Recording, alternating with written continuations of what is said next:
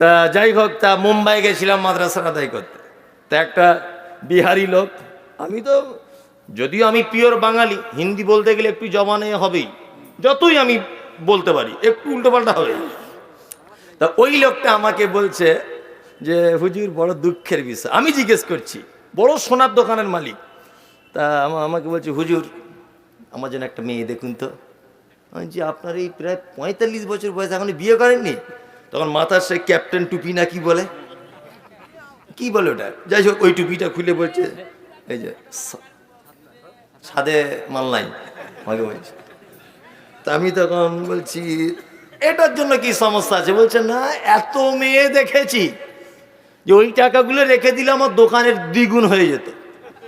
এত টাকা খরচা করেছি, কোনো মেয়ে পছন্দ করেনি।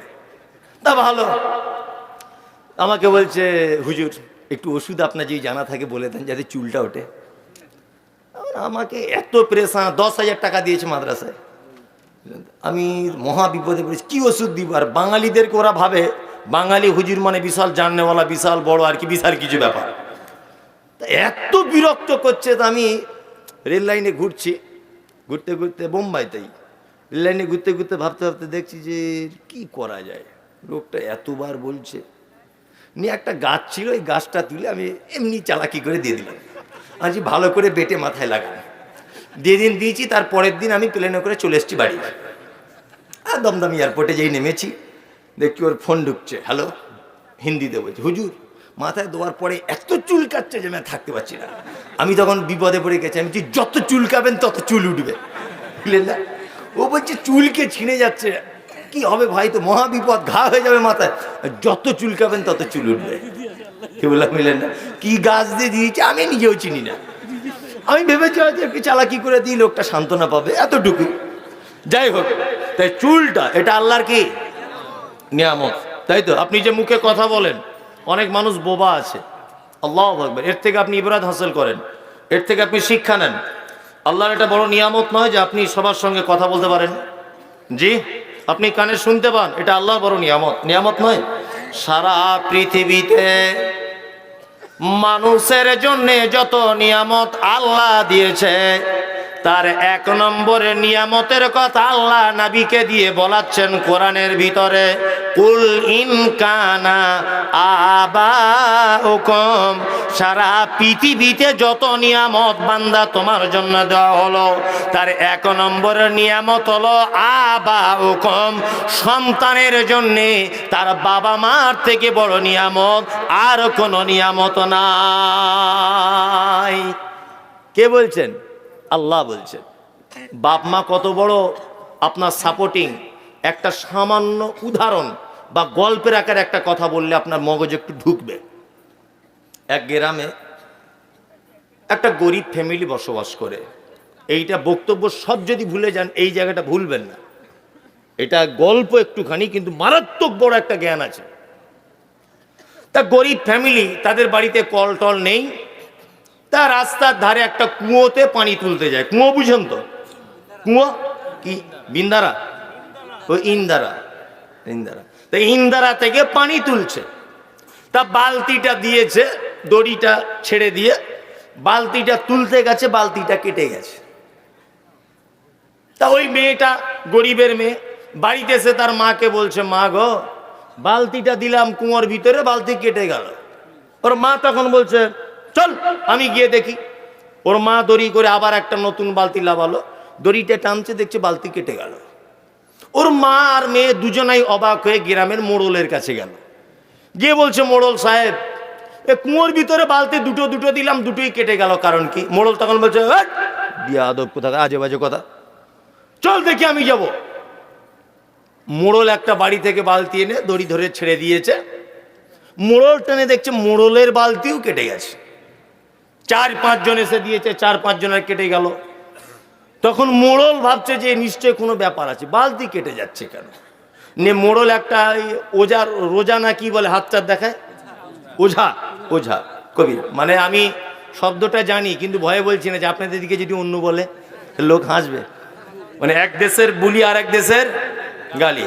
বাংলাদেশে প্রোগ্রাম করতে যাচ্ছি প্রথম, নতুন জীবনে, তখন পাসপোর্টে নয়, এমনি বিলাকে।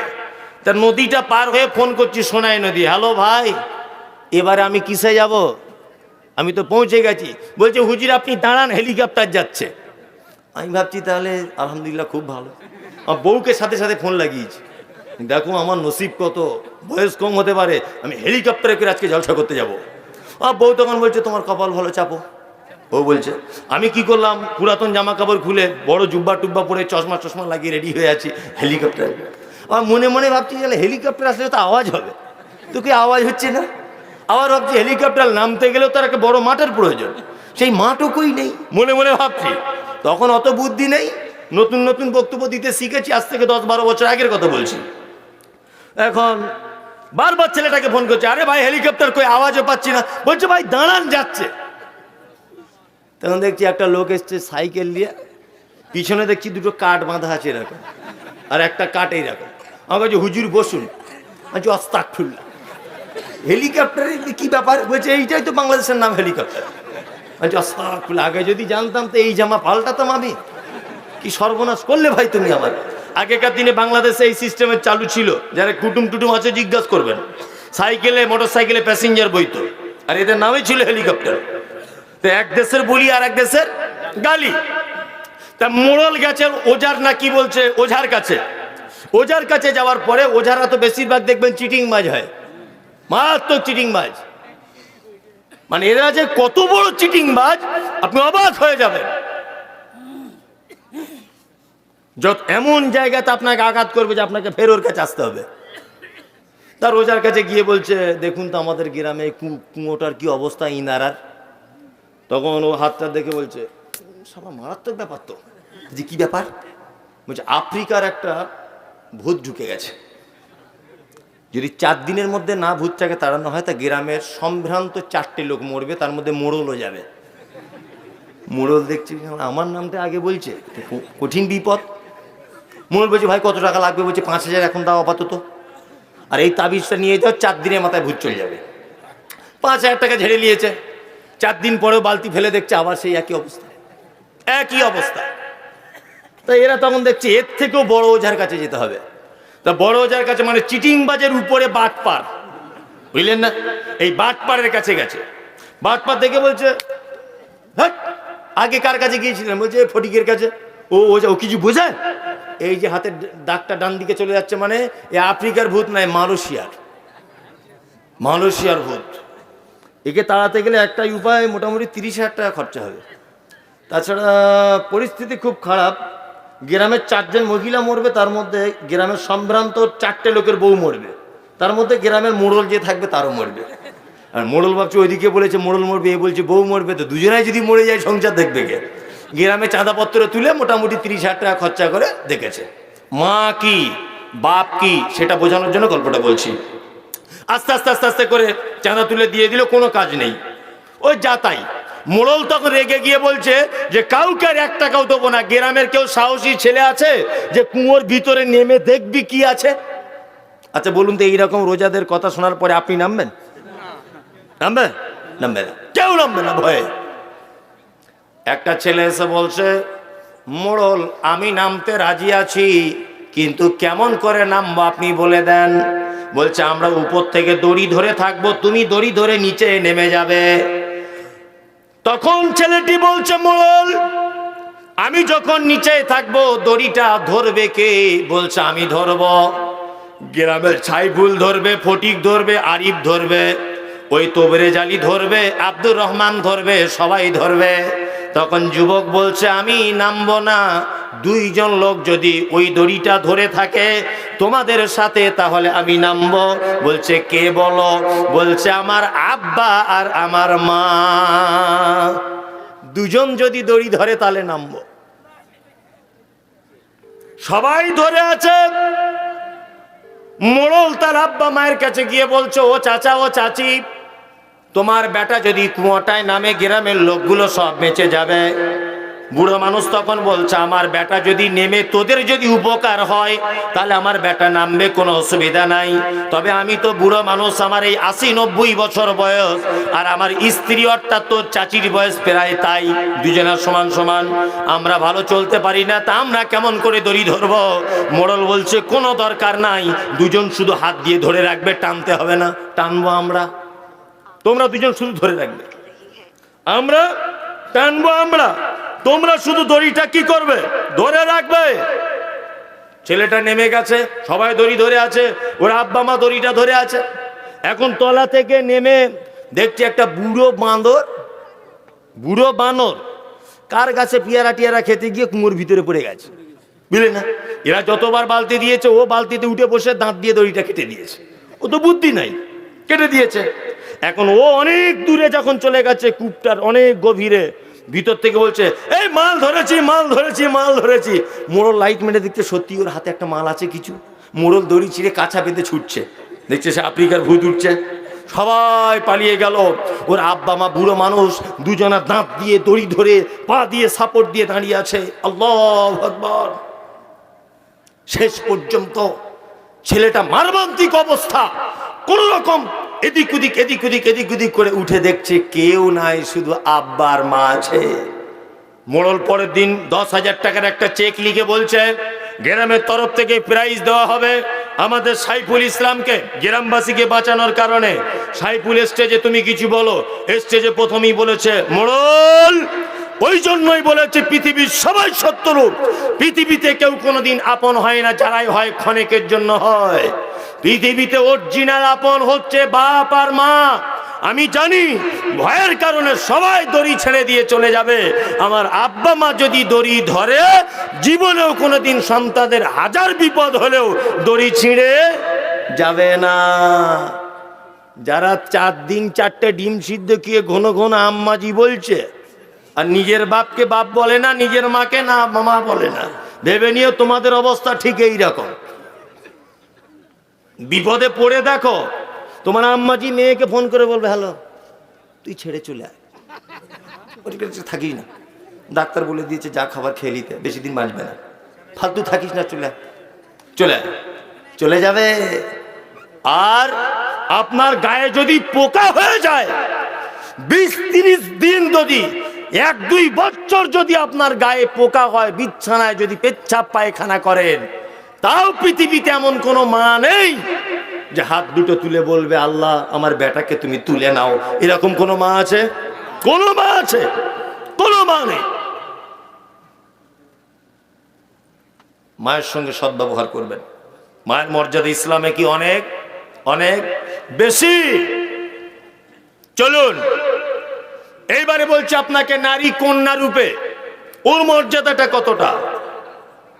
আল্লাহ নবী সাল্লাল্লাহু আলাইহি ওয়াসাল্লামের বিবি, নাম হয়েছে তার আম্মা জান আয়েশা সিদ্দিকা রাদিয়াল্লাহু তাআলা আনহা। কি নাম? আয়েশা। আম্মা জান আয়েশা বলছেন, আমি বাড়িতে বসে রয়েছি, একজন মহিলাকে দেখলাম 2টি বাচ্চাকে নিয়ে আমার দরজায় যেন কিছু চাইলো।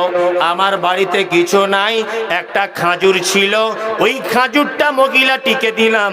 মহিলাটিকে দেখলাম খাজুরটা নিজে না খেয়ে তার কন্যা 2টির মাঝখানে ভাগ করে দিলেন। বিশ্ব নবী এলেন, আসার পরে আল্লাহর নবীকে আয়েশা বলছেন, ইয়া রাসূলুল্লাহ, আজকে একটা মারাত্মক ঘটনা ঘটে গেল। বলছে ঘটনা কি? বলছে একজন মহিলা এসেছে 2টি কন্যাকে নিয়ে। আল্লাহর নবী, আমরা তাকে একটা খাজুর দিলাম, নিজে না খেয়ে 2টি কন্যার মাঝখানে বিলি বন্টন করে দিলেন। বিশ্ব নবী তিনি বললেন, শোনো আয়েশা, কোনো মেয়ে যদি, কোনো ছেলে যদি তার কন্যা সন্তানকে নিয়ে যদি পৃথিবীতে যদি বিপদে পড়ে যায়, আমি আর ওই কন্যার পিতা দুইজনে জান্নাতের ভিতরে এইভাবে থাকবো। এইটা বলার পরে আল্লাহর নবী মধ্যমা আর তর্জনী আঙুলকে এক জায়গায় করে দিয়ে বলছে, আয়েশা, আমি আর ওই মেয়ের বাপ, আমি আর ওই বিপদে পড়ে যাওয়া কন্যার বাপটা দুইজন জান্নাতে এই রকম ভাবে থাকবো। অনেকজন আছে মেয়ে হয়েছে বলে মুখটা বেঁকিয়ে বসে আছে, আর ছেলে হয়েছে বগল বাজাচ্ছে। এই মালে যদি বরকত যদি পেতে চান, মালে বরকত যদি পেতে চান, তাহলে অবশ্যই বাড়িতে আপনার মেয়েকে বেশি করে তার পিছনে খরচা করুন। মেয়ে যা খেতে চাইবে তাই খাওয়ান। যত রকমের পোশাক সে পরতে চায়, তবে ইসলাম বিরোধী পোশাক নয়, যেগুলো সভ্যতা পোশাক তাই কিনে দেন। মেয়ের পিছনে বেশি বেশি টাকা খরচা করুন, ইনশাল্লাহ মালে বরকত হবে। আপনি কি চারটিখানি ব্যাপার? একটা মেয়ের বাপ যদি আপনি হতে পারেন, আল্লাহর নবী বলছেন আমি আর ওই লোকটা জান্নাতে দূরে থাকবো না, দুটো আঙুলকে জমা করে দিয়ে বলছে এইরকম ভাবে দুজন থাকবো। এ কি ভাবা যায়? নবীর সঙ্গে জান্নাতি লোক। আপনি বাজার থেকে যখন বাড়ি আসবেন, আপেল আঙ্গুর বেদানা যা কিছু আনবেন, সর্বপ্রথম আপনার মেয়ের হাতে দেবেন। প্রথম আপনার মেয়ের হাতে দেবেন। কি বললাম বুঝলেন না?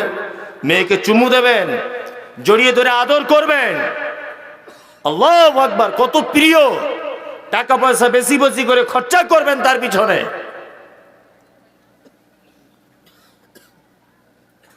তবে লালন করার পালন করার ক্ষেত্রে আপনাকে কিছু বিধিনিষেধ মেনে চলতে হবে। উপদেশমূলক কথাবার্তা বলতে হবে। মা, তোমার এই 15 বছর বয়স, তুমি রাস্তাঘাটে ঘোরাফেরা করো না মা। তোমার মাধ্যমে আমি জান্নাত যাব, আর তোমার মাধ্যমে আমি জাহান্নাম যাব। মা, তুমি কি চাও যে তোমার মাধ্যমে আমি জাহান্নাম চলে যাই? বোঝাবেন, তাবলীগ করবেন, উপদেশ দেবেন। বাড়িতে ওর মাকে বলবেন মেয়েটাকে বোঝাও, তাকে দিনদারিতার ব্যাপারে আগ্রহী করাও, তাকে ইসলামের ব্যাপারে উৎসাহিত করেন। তবেই আপনি নবীর সঙ্গে জান্নাত যেতে পারবেন। আর মেয়ে জিন্স প্যান্ট লেগিং পরে দেখছে আবার সেই একই অবস্থা, একই অবস্থা। তাই এরা তখন দেখছে এর থেকেও বড় ওঝার কাছে যেতে হবে। তা বড় ওঝার কাছে মানে চিটিংবাজের উপরে বাটপার, বুঝলেন না? এই বাটপারের কাছে গেছে। বাটপার দেখে বলছে, হ্যাঁ আগে কার কাছে গিয়েছিলেন? বলছে ফটিকের কাছে। ও ওঝা, ও কিছু বোঝায়? এই যে হাতের দাগটা ডান দিকে চলে যাচ্ছে, মানে এ আফ্রিকার ভূত নয়, মালয়েশিয়ার ভূত। একে তাড়াতে গেলে একটাই উপায়, মোটামুটি 30,000 টাকা খরচা হবে। তাছাড়া পরিস্থিতি খুব খারাপ। গ্রামের 4 জন মহিলা মরবে, তার মধ্যে গ্রামের সম্ভ্রান্ত 4টে লোকের বউ মরবে, তার মধ্যে গ্রামের মোড়ল যে থাকবে তারও মরবে। আর মোড়ল ভাবছে ওইদিকে বলেছে মোড়ল মরবে, এ বলছে বউ মরবে, তো দুজনাই যদি মরে যায় সংসার দেখবে কে? গ্রামে চাঁদাপত্র তুলে মোটামুটি 30,000 টাকা খরচা করে দেখেছে। মা কি বাপ কি সেটা বোঝানোর জন্য গল্পটা বলছি। আস্তে আস্তে আস্তে আস্তে করে চাঁদা তুলে দিয়ে দিল, কোনো কাজ নেই, ওই যা তাই। মোড়ল তখন রেগে গিয়ে বলছে যে কাউকে আর 1 টাকাও দেবো না। গ্রামের কেউ সাহসী ছেলে আছে যে কুয়োর ভিতরে নেমে দেখবি কি আছে? আচ্ছা বলুন তো, এইরকম রোজাদের কথা শোনার পরে আপনি নামবেন? নামবে? নামবে না, কেউ নামবে না ভয়ে। একটা ছেলে এসে বলছে, মোড়ল আমি নামতে রাজি আছি, কিন্তু কেমন করে নামবো আপনি বলে দেন। বলছে আমরা উপর থেকে দড়ি ধরে থাকবো, তুমি দড়ি ধরে নিচে নেমে যাবে। তখন ছেলেটি বলছে, মোড়ল আমি যখন নিচে থাকবো দড়িটা ধরবে কে? বলছে আমি ধরবো। গ্রামের ছাইফুল ধরবে, ফটিক ধরবে, আরিফ ধরবে, ওই তোবরে জালি ধরবে, আব্দুর রহমান ধরবে, সবাই ধরবে। তখন যুবক বলছে আমি নামবো না। 2 জন লোক যদি ওই দড়িটা ধরে থাকে তোমাদের সাথে, তাহলে আমি নামবো। বলছে কে বলো? বলছে আমার আব্বা আর আমার মা। 2 জন যদি দড়ি ধরে তাহলে নামবো। সবাই ধরে আছে। মোড়ল তার আব্বা মায়ের কাছে গিয়ে বলছে, ও চাচা, ও চাচি, তোমার বেটা যদি কুয়োটায় নামে গ্রামের লোকগুলো সব বেঁচে যাবে। বুড়ো মানুষ তখন বলছে আমার বেটা যদি নেমে তোদের যদি উপকার হয় তাহলে আমার বেটা নামবে, কোনো অসুবিধা নাই। তবে আমি তো বুড়ো মানুষ, আমার এই 80-90 বছর বয়স, আর আমার স্ত্রী অর্থাৎ তোর চাচির বয়স প্রায় তাই, দুজনের সমান সমান, আমরা ভালো চলতে পারি না, তা আমরা কেমন করে দড়ি ধরবো? মোড়ল বলছে কোনো দরকার নাই, 2 জন শুধু হাত দিয়ে ধরে রাখবে, টানতে হবে না, টানবো আমরা, তোমরা 2 জন শুধু ধরে রাখবে, আমরা টানবো, আমরা, তোমরা শুধু দড়িটা কি করবে? ধরে রাখবে। ছেলেটা নেমে গেছে, সবাই দড়ি ধরে আছে, ওর আব্বা মা দড়িটা ধরে আছে। এখন তলা থেকে নেমে দেখছি একটা বুড়ো বানর কার গাছে পিয়ারা টিয়ারা খেতে গিয়ে কুয়োর ভিতরে পড়ে গেছে, বুঝলে না? এরা যতবার বালতি দিয়েছে ও বালতিতে উঠে বসে দাঁত দিয়ে দড়িটা কেটে দিয়েছে। ও তো বুদ্ধি নাই, কেটে দিয়েছে। এখন ও অনেক দূরে যখন চলে গেছে, কূপটার অনেক গভীরে, ভিতর থেকে বলছে এই মাল ধরেছি, মাল ধরেছি, মাল ধরেছি। মোড়ল লাইট মেরে দেখতে সত্যি ওর হাতে একটা মাল আছে কিছু। মোড়ল দড়ি ছিঁড়ে কাঁচা বেঁধে ছুটছে, দেখছে সে আফ্রিকার ভূত উঠছে। সবাই পালিয়ে গেল। ওর আব্বা মা বুড়ো মানুষ দুজনা দাঁত দিয়ে দড়ি ধরে পা দিয়ে সাপোর্ট দিয়ে দাঁড়িয়ে আছে। আল্লাহু আকবার। শেষ পর্যন্ত ছেলেটা মারমান্তিক অবস্থা, কোন রকম এদিক ওদিক এদিক ওদিক এদিক ওদিক করে উঠে দেখছে কেউ নাই, শুধু আব্বার মা আছে। মোড়ল পরের দিন 10,000 টাকার একটা চেক লিখে বলছে গ্রামের তরফ থেকে প্রাইজ দেওয়া হবে আমাদের সাইফুল ইসলামকে, গ্রামবাসীকে বাঁচানোর কারণে। সাইফুল স্টেজে তুমি কিছু বলো। স্টেজে প্রথমেই বলেছে মোড়ল ওই জন্যই বলেছে পৃথিবীর সবাই সত্যরূপ, পৃথিবীতে কেউ কোনোদিন আপন হয় না, যারাই হয় ক্ষণিকের জন্য হয়। পৃথিবীতে অরিজিনাল আপন হচ্ছে বাপ আর মা। আমি জানি ভয়ের কারণে সবাই দড়ি ছেড়ে দিয়ে চলে যাবে, আমার আব্বা মা যদি দড়ি ধরে জীবনেও কোনোদিন সন্তানদের হাজার বিপদ হলেও দড়ি ছিঁড়ে যাবে না। যারা 4 দিন 4টে ডিম সিদ্ধ খেয়ে ঘন ঘন আম্মাজি বলছে আর নিজের বাপকে বাপ বলে না, নিজের মাকে না মামা বলে না, ভেবে নিও তোমাদের অবস্থা ঠিক এই রকম।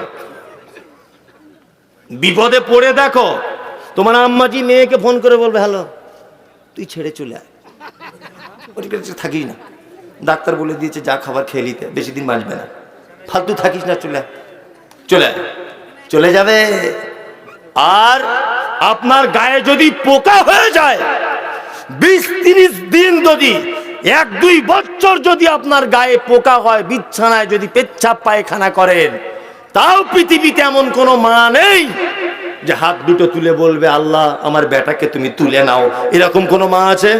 কোন মা আছে? কোন মা নেই। মায়ের সঙ্গে সদ্ব্যবহার করবেন। মায়ের মর্যাদা ইসলামে কি অনেক অনেক বেশি। চলুন এইবারে বলছি আপনাকে নারী কন্যা রূপে ওর মর্যাদাটা কতটা। আল্লাহ নবী সাল্লাল্লাহু আলাইহি ওয়াসাল্লামের বিবি নাম হয়েছে তার আম্মা জান আয়েশা সিদ্দিকা রাদিয়াল্লাহু তাআলা আনহা। কি নাম?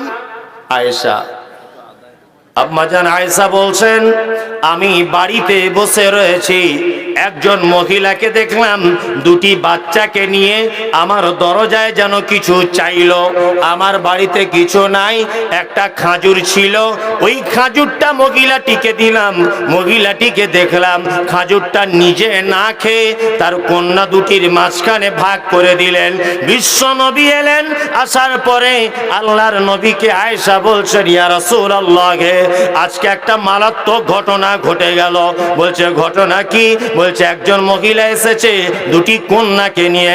আল্লাহর নবী আমরা তাকে একটা খাজুর দিলাম, নিজে না খেয়ে 2টি কন্যার মাঝখানে বিলি বন্টন করে দিলেন।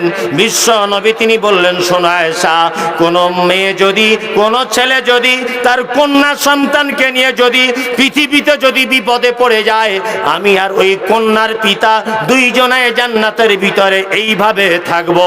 এইটা বলার পরে আল্লাহর নবী মধ্যমা আর তর্জনী আঙুলকে এক জায়গায় করে দিয়ে বলছে আয়েশা আমি আর ওই মেয়ের বাপ, আমি আর ওই বিপদে পড়ে যাওয়া কন্যার বাপটা 2 জন জান্নাতে এই রকম ভাবে থাকবো। অনেকজন আছে মেয়ে হয়েছে বলে মুখটা বেঁকিয়ে বসে আছে, আর ছেলে হয়েছে বগল বাজাচ্ছে। এই মালে যদি বরকত যদি পেতে চান, মালে বরকত যদি পেতে চান, তাহলে অবশ্যই বাড়িতে আপনার মেয়েকে বেশি করে তার পিছনে খরচা করুন। মেয়ে যা খেতে চাইবে তাই খাওয়ান। যত রকমের পোশাক সে পরতে চায়, তবে ইসলাম বিরোধী পোশাক নয়, যেগুলো সভ্যতা পোশাক তাই কিনে দেন। মেয়ের পিছনে বেশি বেশি টাকা খরচা করুন, ইনশাল্লাহ মালে বরকত হবে। আপনি কি 4টি খানি ব্যাপার একটা মেয়ের বাপ যদি আপনি হতে পারেন, আল্লাহর নবী বলছেন আমি আর ওই লোকটা জান্নাতে দূরে থাকবো না, দুটো আঙুলকে জমা করে দিয়ে বলছে এইরকম ভাবে দুজন থাকবো। এ কি ভাবা যায়? নবীর সঙ্গে জান্নাতি লোক আপনি। বাজার থেকে যখন বাড়ি আসবেন, আপেল আঙ্গুর বেদানা যা কিছু আনবেন সর্বপ্রথম আপনার মেয়ের হাতে দেবেন, প্রথম আপনার মেয়ের হাতে দেবেন। কি বললাম বুঝলেন না? মেয়েকে চুমু দেবেন, জড়িয়ে ধরে আদর করবেন। আল্লাহু আকবার, কত প্রিয়। টাকা পয়সা বেশি বেশি করে খরচা করবেন তার পিছনে।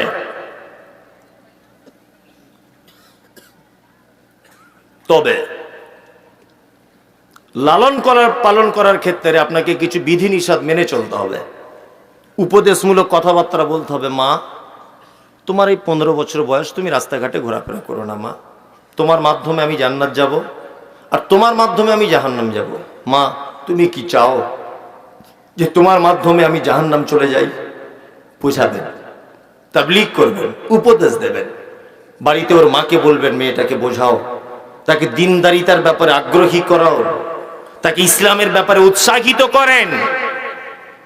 তবেই আপনি নবীর সঙ্গে জান্নাত যেতে পারবেন। আর মেয়ে জিন্স প্যান্ট লেগিন পরে বেহায়ার মতো জলসার মেলা দেখতে এসেছে, এই বাপ সম্পর্কে কিন্তু আল্লাহ নবী কথা বললেন না, বরং এই বাপ সম্পর্কে বলেছেন ও দায়ুস, ও জান্নাত যাবে না। কঠিন ব্যাপার। তার মানে মেয়ে আপনাকে জান্নাতও নিয়ে যেতে পারে, আবার জাহান্নামেও নিয়ে যেতে পারে। আল্লাহর কাছে দোয়া করি, আল্লাহ আমাদের মির্জাপুর এবং পার্শ্ববর্তী গ্রাম থেকে যারা এসেছেন আমাদের সকলকে তুমি জান্নাতি মহিলার পিতা বানিয়ে দাও, আমিন, আল্লাহুম্মা আমিন। যাদের বাড়িতে মেয়ে আছে বেশি বেশি করে টাকা পয়সা খরচা করবেন তাদের পিছনে। নাম্বার 3, স্ত্রী হিসাবে মর্যাদা কত? আমি সংক্ষিপ্ত আকারে বলছি। স্ত্রী হিসাবে মর্যাদা, আল্লাহ নবী সাল্লাল্লাহু আলাইহি ওয়াসাল্লাম তিনি বলেছেন ওই পুরুষ মানুষ আল্লাহর নিকটে উত্তম যে পুরুষ মানুষ তার স্ত্রীর কাছে উত্তম স্বামী। আমরা মেয়েদেরকে 2-3টে কথা বলে ঘরে ঢুকিয়ে দিয়েছি। কটা? 2-3টে। এই বেশি ফটর ফটর করবি না, আমার পায়ের তলায় তোর জান্নাত, মাল পাবি না। ও খুব ভয় করছে যে স্বামী যদি মদ পানও করে আসে কিছু বলা যাবে না, কারণ ওর পায়ের তলায় জান্নাত। এটা একেবারে মিছে কথা। কি বললাম বুঝলেন? স্বামীর পায়ের তলায় জান্নাত নেই। আল্লাহ রাসূল এই কথা বলেছেন যে কাউকে যদি সেজদা করার আদেশ যদি দেওয়া হতো তাহলে নারীদেরকে বলা হতো তারা যেন তার স্বামীর পায়ে সেজদা করে। তবে আল্লাহ রাসূল এই কথা বলেননি, এই কথার আদেশও করেননি। তিনি বোঝানোর জন্য এই কথা বলেছেন স্ত্রী উত্তম ব্যবহার করবেন, খুব উত্তম ব্যবহার। এখন দেখবেন হিতে বিপরীত। হিতে বিপরীত নয়, আগে স্বামীরা বউদেরকে শাসন করত, আর এখন বউরা স্বামীদেরকে ধরে মারছে। জামানা উল্টে গেছে। এ তো মোবাইলে ফেসবুকে দেখি কিছু কিছু চরিত্রহীন নারী স্বামী স্ত্রী কি করে না করে সেগুলো ফেসবুকে ছাড়ে ইনকাম করার জন্য। দেখেছেন এগুলো? তো ওখান থেকে দেখতে পাই একটা সুমিতা না কি একটা চ্যানেল আছে, ওখানে দেখতে পাই ওর বউটা দেখছি স্বামীকে ধরে জুতোর বাড়ি মুখে মারছে, আর ওটা ফেসবুকে দিচ্ছে আবার, মানে টাকা ইনকামের জন্য। তার মানে ওই ভিডিওটা যে দেখবে ওর থেকে একটু সাহস পাবে যে ও যদি জুতো করে মারতে পারে, আমি অন্তত হাত দিয়েও চালাতে পারবো। ভাবে কি ভাববে না? মানে কি সমস্ত কিছুর অরাজকতা সুড়সুড়ি দেয় ফেসবুক, ইউটিউব, মোবাইল। আর এই দিক দিয়ে সব থেকে অসভ্যপনায় বাংলাদেশের মহিলারা। দেখুন আপনি, আপু ও আপু ভিডিও করছে, আপু আপু করছে, আবার বোরখা পড়ে আছে, স্বামীর পা টিপছে, স্বামীর গায়ে তেল লাগাচ্ছে, স্বামী তার বইয়ের হিজাব পরিয়ে দিচ্ছে, ব্লাউজ পরিয়ে দিচ্ছে, ওটাও ফেসবুকে ছাড়ছে ইনকাম করার জন্য। বাংলাদেশ নাম্বার 1-এ রয়েছে এই অসভ্যপনায়। সমাজের যৌবনের সুড়সুড়ি দেওয়া, এই অরাজকতা, সংসার ভাঙা, নারীদেরকে ঘর থেকে বার করা, স্বামীর সঙ্গে অসৎ ব্যবহার করা, 1 নম্বরে সোশ্যাল মিডিয়াতে বাংলাদেশ। আপনি দেখে নেন, এইসবগুলো থেকে দূরে থাকবেন। অনেক মর্যাদা মা আপনাদের, অনেক মর্যাদা। আল্লাহর নবী পর্যন্ত বলেছেন যে ওই পুরুষ মানুষ আল্লাহর নিকটে ভালো যে পুরুষ মানুষ কি আল্লাহু আকবার তার স্ত্রীর কাছে উত্তম। তবে মেয়েদের কাছে উত্তম হওয়া খুব কঠিন। যতই আপনি ভালো বলেন তবুও খারাপ। এখানে একটা পুরুষ মানুষের বউকে যদি জিজ্ঞাসা করা হয় তোমার স্বামী কেমন, জাহান্নামে কে লিয়ে জ্বলছে আজকে 13 বছর, এক চান্সে বলবে। কি মৌলভী সাহেব, কি হাজি সাহেব, কি গাজী সাহেব, কি হেড মাওলানা, কি সাইকুল হাদিস, কি হেডমাস্টার, একই বলবে ওকে নিয়ে জ্বলছি। বলছে কি বলবে না? বলবে। যাই হোক, আমাকে বারবার বলা হচ্ছে, এখন 12:30 বাজে, প্রায় আমি 10:45 এখানে এসেছি, স্টেজে উঠেছি, তাতে করে আর 15 মিনিট হলেই 2 ঘন্টা মোটামুটি হয়ে যাবে। এই 15 মিনিট অনেক কিছু বলার আছে হাদিস এবং কোরআন, নারী পুরুষ নিয়ে। আর আমি একটা হাদিস বলার চেষ্টা করছি আর একটা কোরআনের আয়াত বলার চেষ্টা করছি, তবে না বলাটাই ভালো মনে করছি, কারণ এটা একটা প্রতিষ্ঠানের জলসা। আমাকে বারবার বলছে একটু আদায়ের ব্যাপারটাও বলতে হবে। জি আলহামদুলিল্লাহ। এখানে আমি পানির জগটা একটু দেন তো, পানির বোতল একটা রাখতে হতো, 1 গ্লাস পুরো ভর্তি করে দেন, খুব গরম হচ্ছে তো, পানি পিপাসা লেগে যাচ্ছে। জি আলহামদুলিল্লাহ।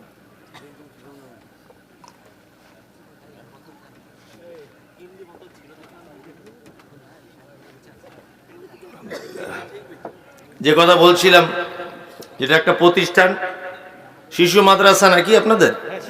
জি।